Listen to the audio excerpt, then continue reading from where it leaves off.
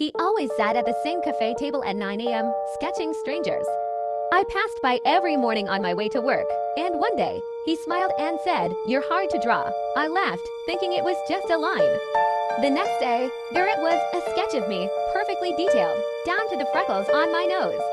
"You've never even seen me up close," I said. He smiled again. "I don't have to." His name was Adrian. We talked every morning for weeks. I started looking forward to it, his calm voice, the way he noticed everything. But something felt off. When I asked why he always wore sunglasses, he said, "I see people differently." I thought he meant artistically.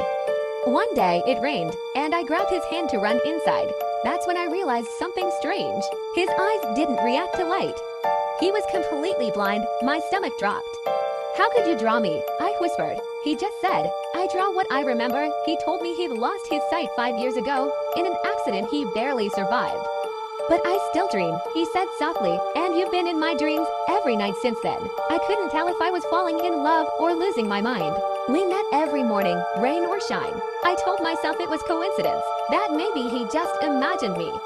Until one day, he didn't show up. I waited an hour, then two. The cafe owner told me an older woman had come by earlier, crying. She said Adrian had passed away. I ran home in shock, barely able to breathe. How could that be? I saw him just yesterday. A week later, I went back to the cafe to leave flowers. When I looked at his usual table, my breath caught. There was a new sketchbook lying open.